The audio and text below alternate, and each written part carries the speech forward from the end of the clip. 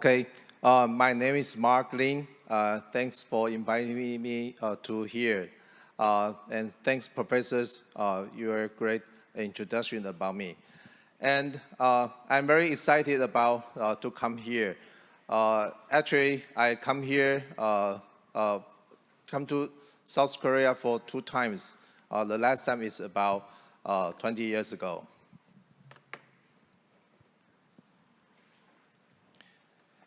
And it is my honor to talk about this speech here and to stand here today in Korea, a nation that, like Taiwan, embody the spirit of innovation. Today, we are not talking about the next step in the healthcare. We are talking about revolution. And first, I want to thank there are many delegates come to Taiwan in August to support the MedInfo. And Professor Park, he is the past president of EMEA. She is a long-time support to the MedInfo community. Then, you know, in Taiwan, we have a very good relationship with South Korea. Like the Blackpink, just a couple months ago, he come to Taiwan, and just this weekend, twice in Taiwan too. Yeah, and my daughter, they are famous, they are fan of this. Yeah, then I heard the baby monster will come to the next year. And yeah, did you feel? Actually, I want to tell you a small story that is, when I study in the United States, when I go to the Korean restaurant, then they never speak English to me. They consider I'm a Korean. Then this day I take the photo in South Korea before I get in fat. But yeah, I myself, I feel I looks like Korean. Okay, so I want to talk about today's topic, the ambient intelligence. The technology is so smart and so seamless, and it disappeared. And Taiwan and Korea are 2 global powerhouses, one shared mission.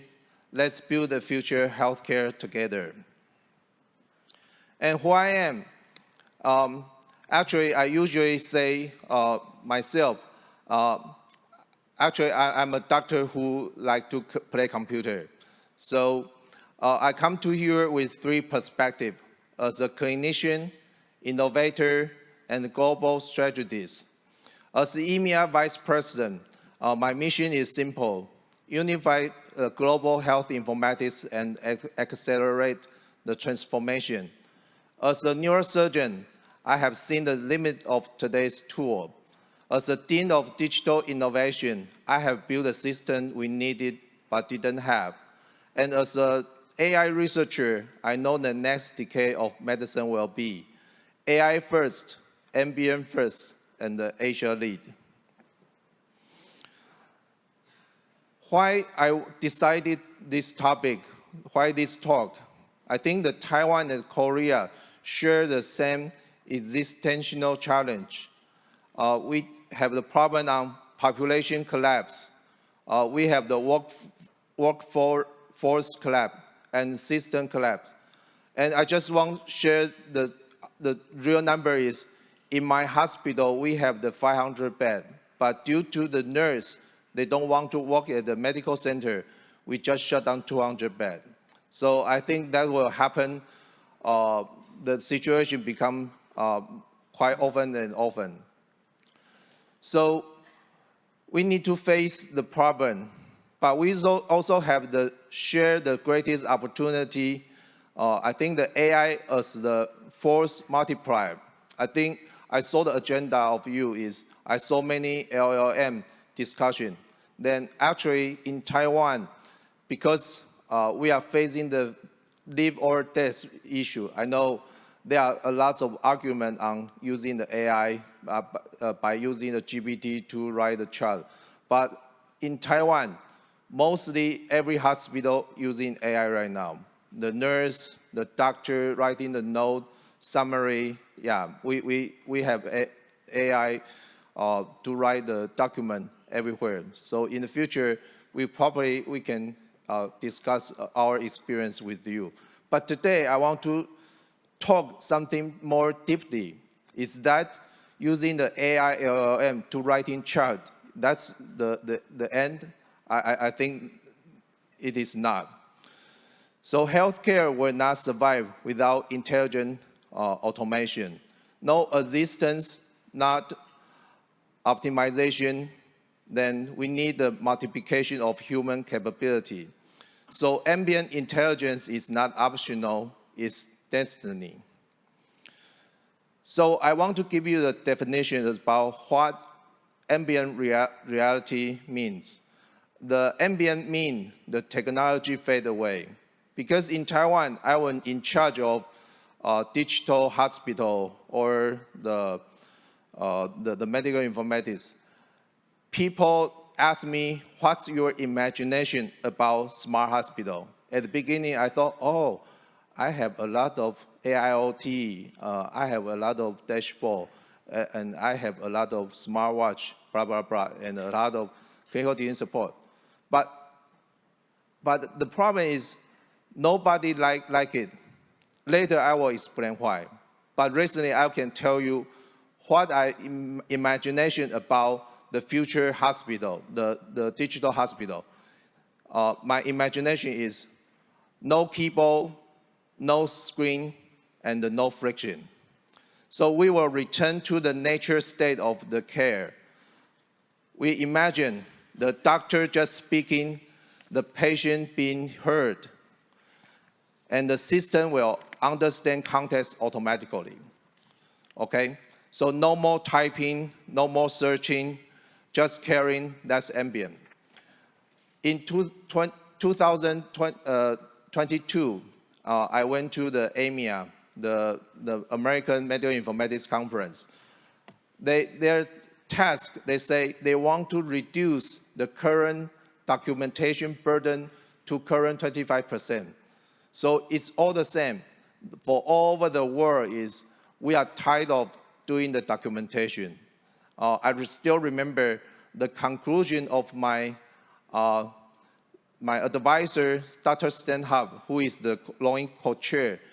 He had a conclusion for electronic health record system. Only 3 words: fast, fast, fast. So I believe in Korea, you're also developing a lot of your system and a lot of application. But remember, did you slow down the medical staff? So that's a very important issue. So that's why I say the large language model using that to write the chart is not the end. I think if only we eliminate all this technology burden, then that's the future. So let's talk about the value of the digital transformation. For the past 20 years, we digitized healthcare and made everything worse. I just say, we developed more system, more alert, more fragmentation. We replaced paper with pen. But the real value was this. We digitized old workflow instead of redesigning them. The ambient intelligence let us start over from the first principle. This is another conversation from the president of our medical school. He is a chest doctor. He has many lung cancer patients. He said to me, oh, Mark, I only can see patients a day because I must type endlessly. He said, oh, if you can create a system, let me don't type, then I can finish a OPD visit, then I will buy you a system. Yeah, so I think that probably there's company here is, the problem is not the price, is whether you really solve the problem. So currently, the doctor only can see 60 patients a day because they are spending time on typing. So in Taiwan, I guess in Korea, it happened is, like my boss, he has 100 patients.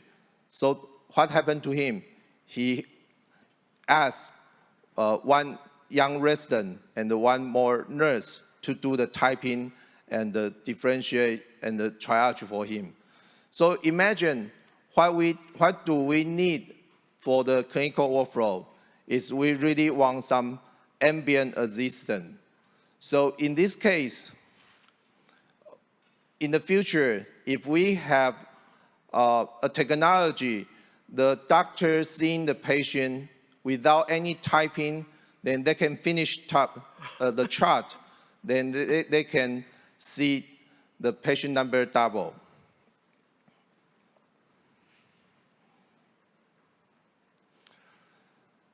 So I just say to you, the nurse in Taiwan, the nurse is the backbone of the healthcare are drawing, because all the nurses, they are going to the clinic. Because in the hospital, 1 hour every shift was retyping the vital sign, pointless. So the ambient vital sign from smartwatch changed everything. 0 manual typing, 0 error, and the 4-hour return to real patient care. This is the liberation. In my hospital, we work with the ASUS company. They have a vital sign. They can measure the heart rate, blood pressure, and oximeter. And I think in Korea, the Samsung, you also have the similar brand. So we just put that smartwatch to a word, then that is the only technology our nurse, they are happy to that. So I guess in your experience that probably the nurse or the doctor, they are not like the voice recognition related generate the AI. Here I tell you another story is, at the beginning, I want to adopt the voice recognition for the nurse charting use. And the chair of the nurse department talked to me. He said, "Oh, Mark, let me tell you the truth. Those young nurses, they can type very fast than your speech." So I think that is so true. So that's at that moment, when I want to adopt the new technology, I will consider from the user's perspective whether I solve the problem. And we try many technology, but only the smartwatch is really the thing they love, because they just need to give the watch to the patient, then they can record the vital sign and so on and put into the chart. Then you will ask me about, that's a common question people will ask, how accuracy and how the consistency will be.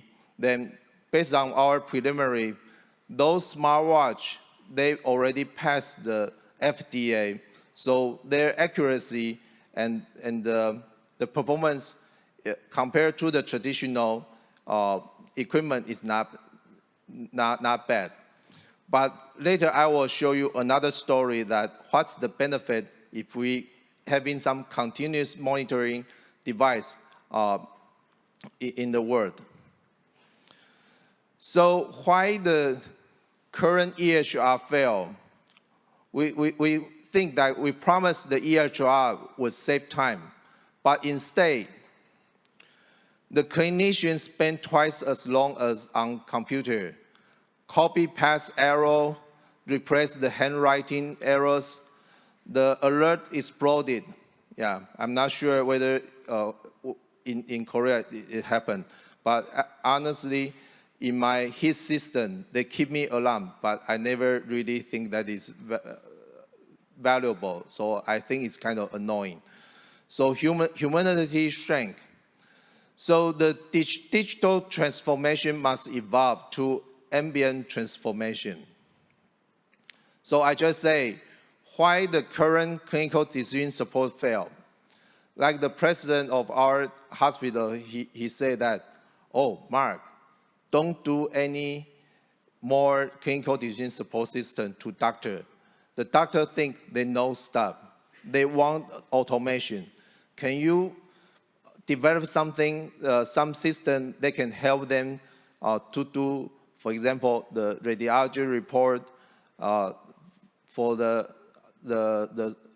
ultrasound report, just use one click, then they can finish. So in the hospital, we really don't like the clinical decision support anymore because they really don't bring the benefit into the hospital.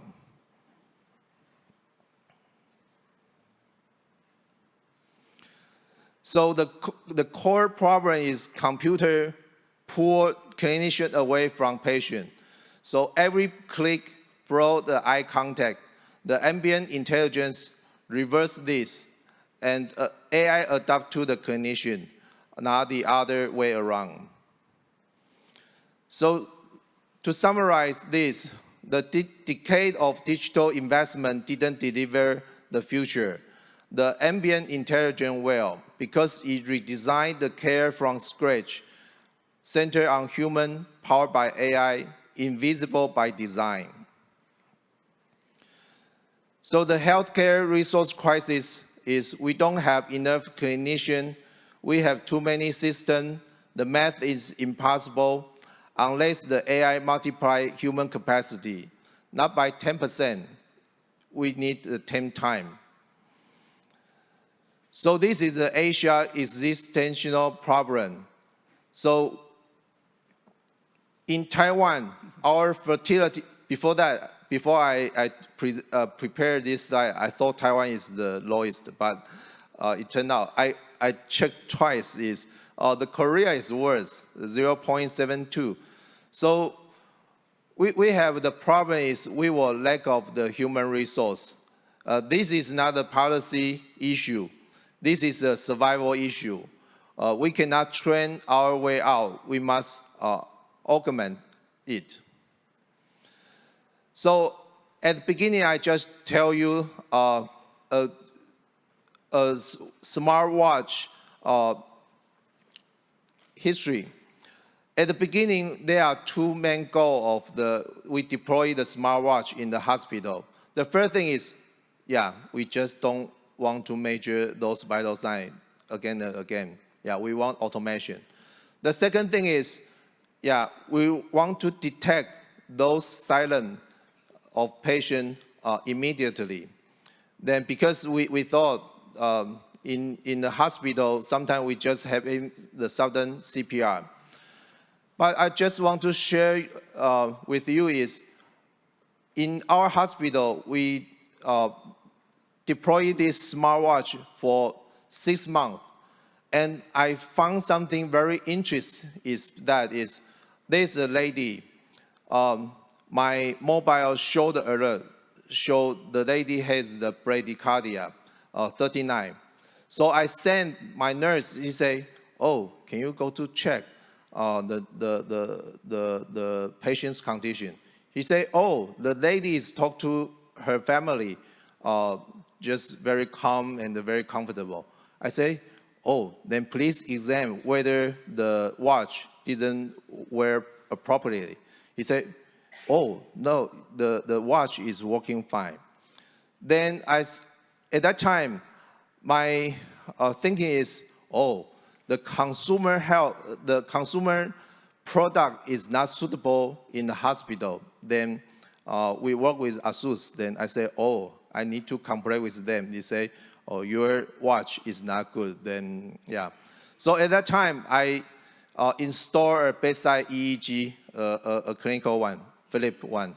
Then, but surprisingly, the patients still talk to their family. But the machine showed the cardiac arrest 10 times within the 30 minutes. But the problem is the patients still talk to the family. And but traditionally, those people, we only check the vital sign 4 times. Then she didn't complain, the chest pain and so on. So we just think, they probably got something wrong. But the next day, I want to, because I record the EEG, then, the EKG, then I want to discuss with company. And sadly, the lady having the acute myocardial infarction last night.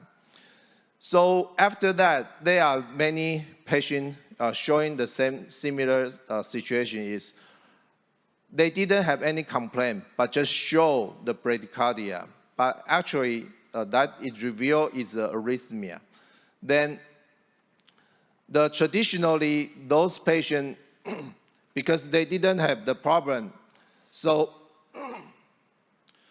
we won't do any particular thing on those patients. So, but in this case, this is the first time, even I'm a kind of experienced doctor, I feel in the past, I only examine the patient when some bad thing happen. For example, they have the stroke, they have the AMI, then I start to treat the patient. Yeah, but this is the only chance is we provide the continuous monitoring on the patient all the time. Then we will have the chance to look at what happened to the patient. So, yeah, simultaneously, the NIH of the Taiwan, yeah, they conduct another similar research is they want to disseminate 2,000 of smartwatch to a health population group. They want to record 3 months of their EKG. The goal is they want to do an earlier risk prediction model.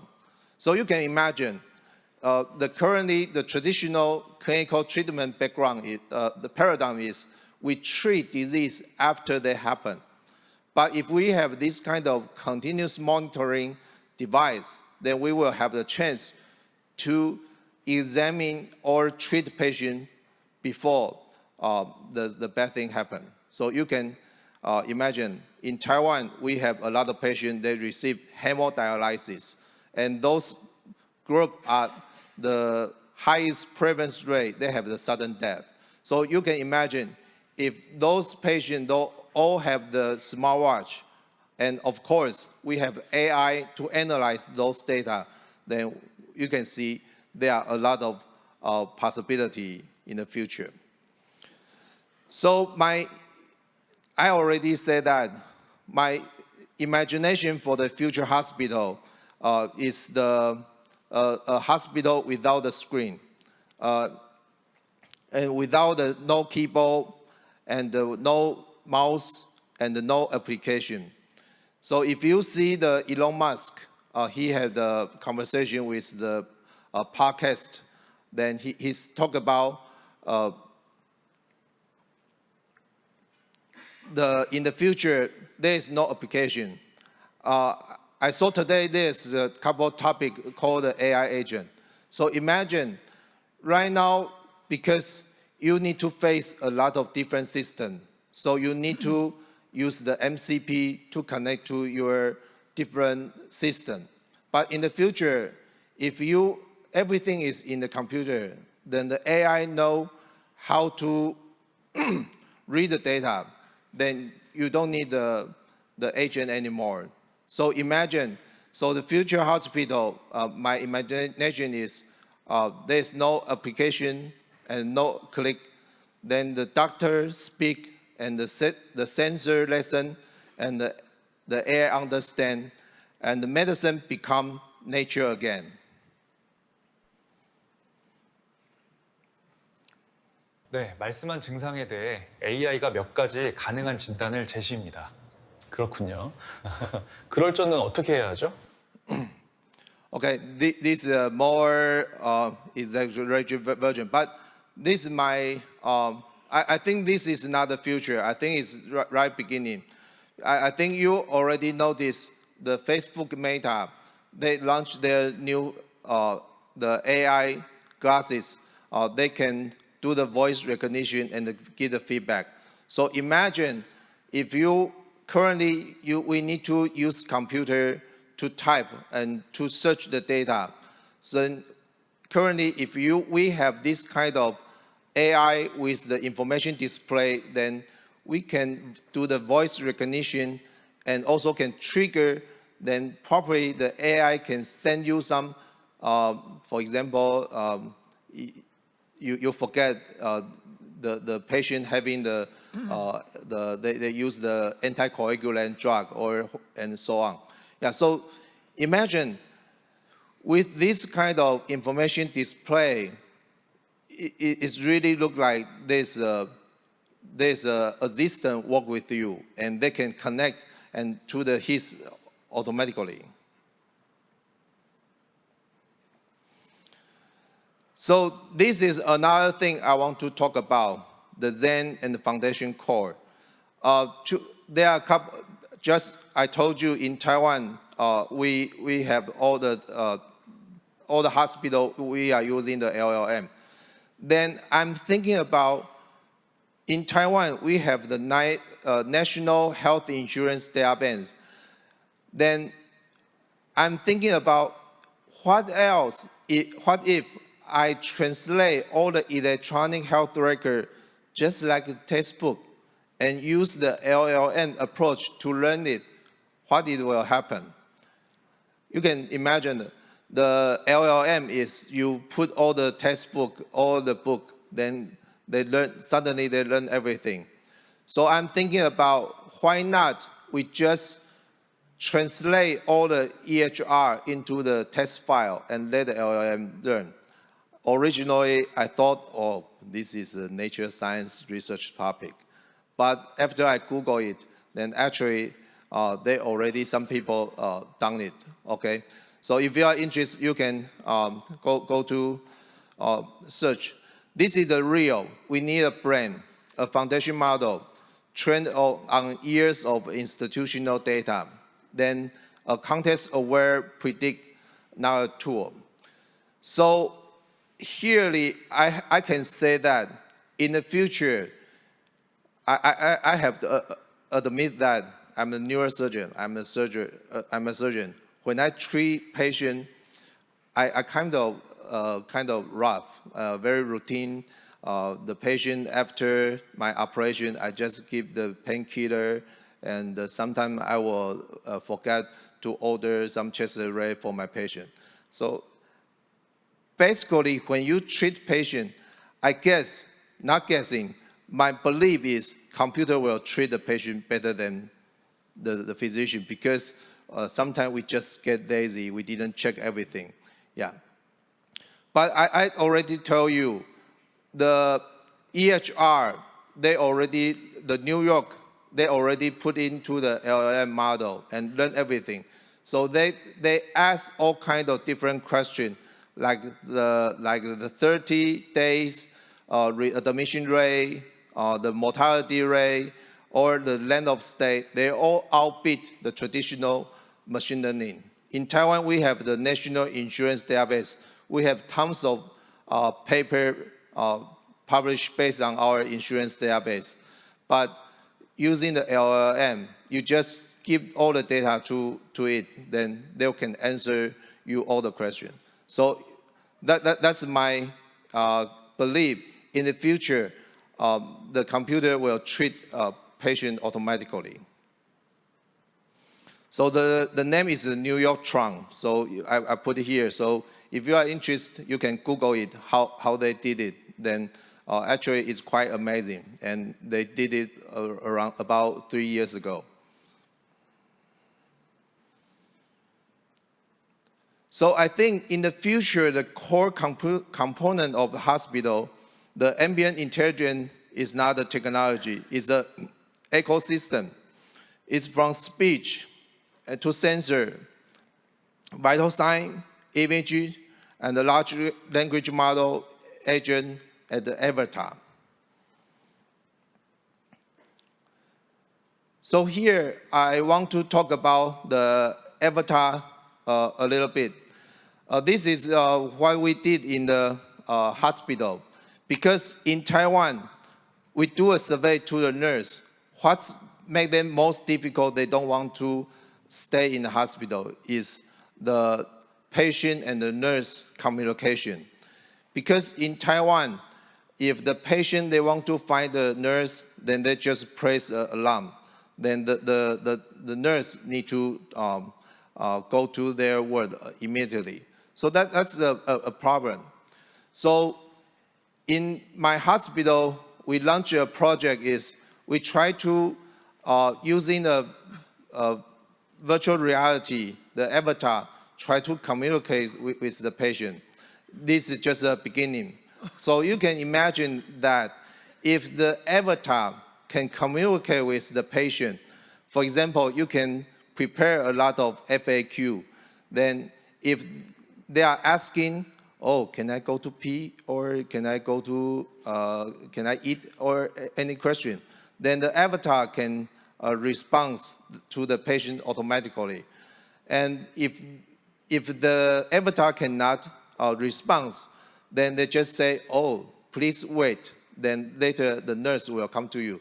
So imagine, currently in the hospital, the problem is we don't have the experienced nurse. We only have very young nurse taking care of patient.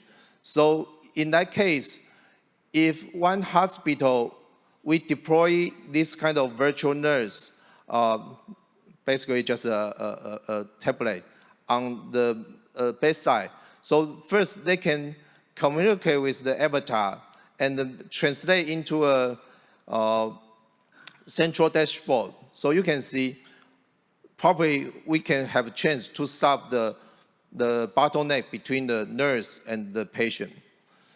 So if we have the virtual nurse, then never tired, never rushed, then infinitely scalable. So also the same, the virtual doctor. I guess they already have a lot of discussion on that. For example, because I'm a neuroscience doctor, many of my patients, they have Parkinson. Then we know the Parkinson patient, they have the on and off stage. So they need to adjust their drug by visiting the doctor. But in the future, if they are virtual doctor, they can observe the patient gesture, then they can decide the on or off stage, then they can give the guidance to the patient. So we can provide a more available and immediately treatment to the patient. So it's always available and always consistent.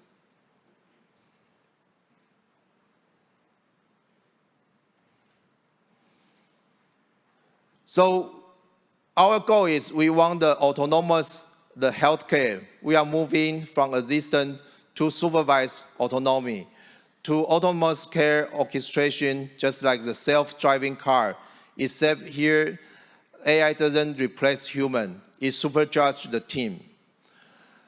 Then I want to mention about the evidence matter. This will be another, the next question is, yeah, we talk about using AI a lot, but we will back to the very fundamental problem.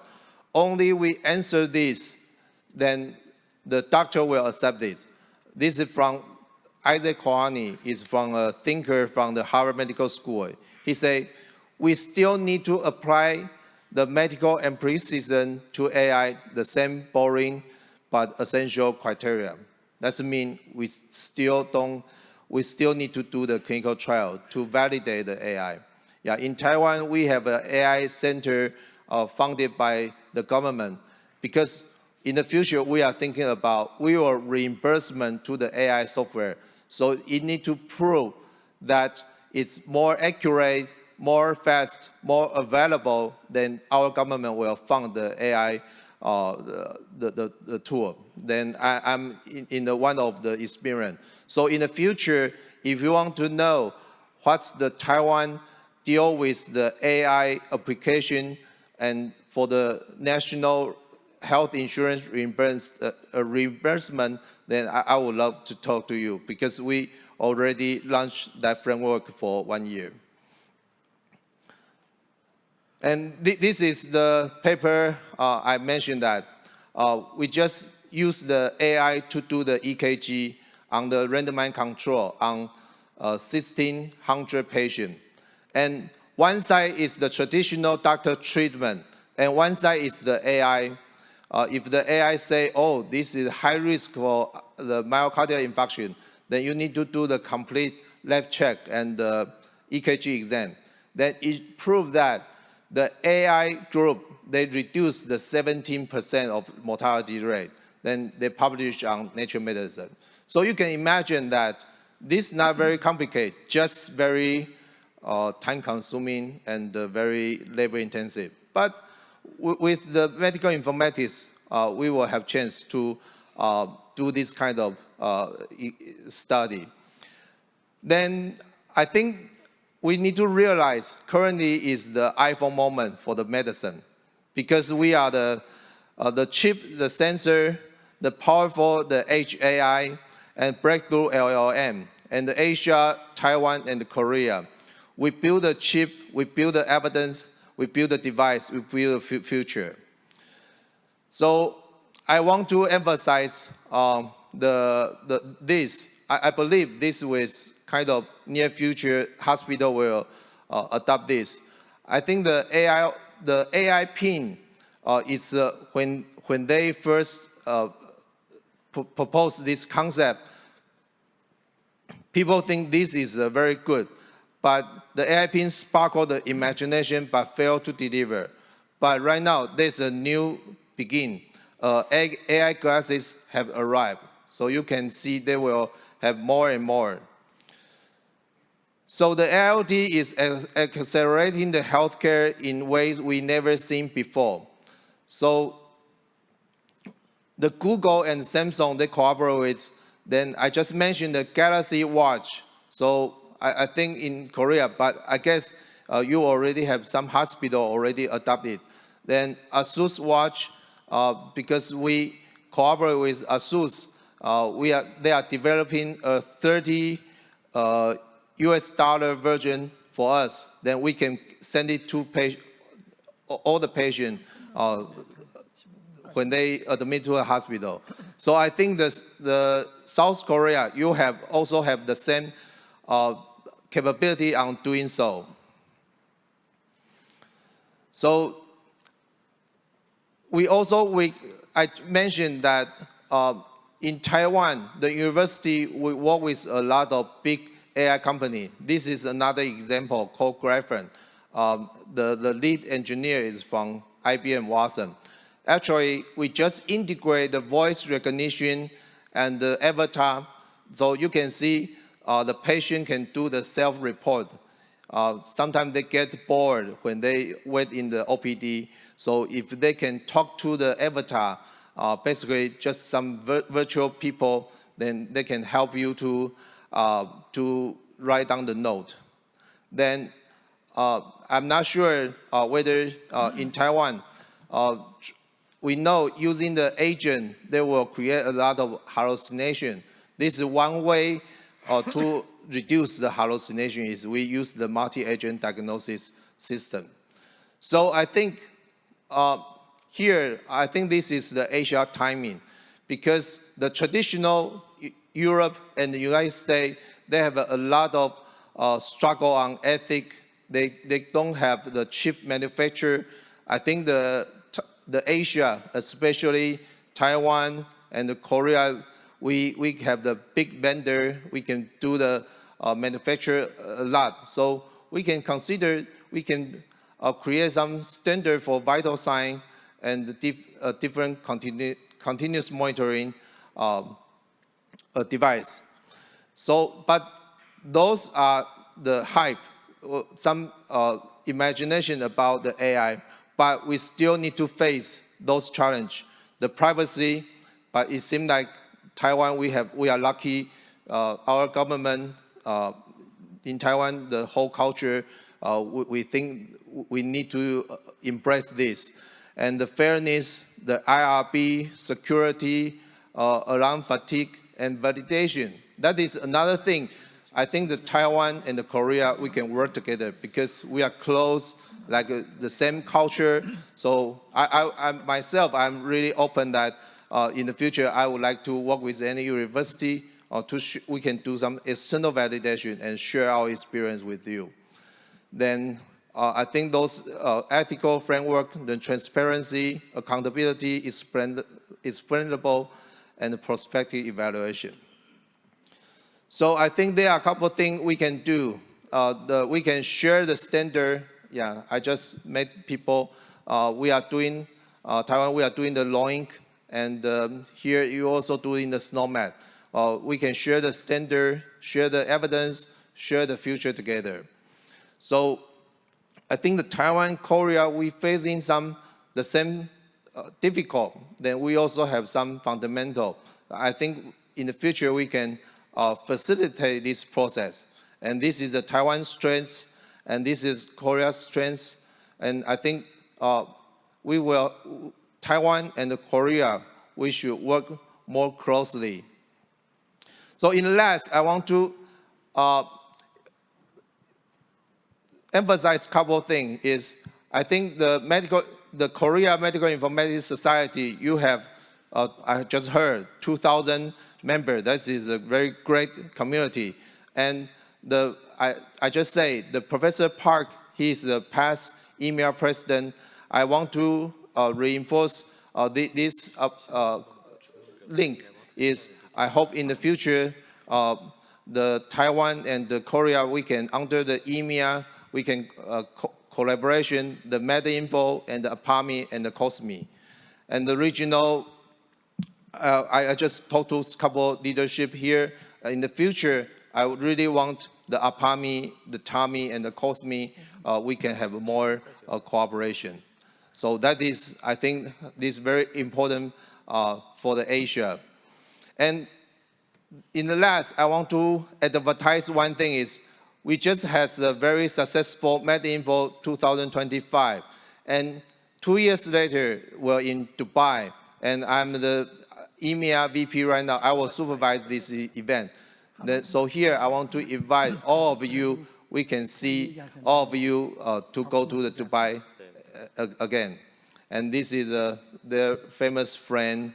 And I think the Dubai, they also have a lot of digital exhibition, and it's a very excited, a very mystery country. Then hope all of you can go to we can see, go to the MedInfo again. And thank you. That's my speech today.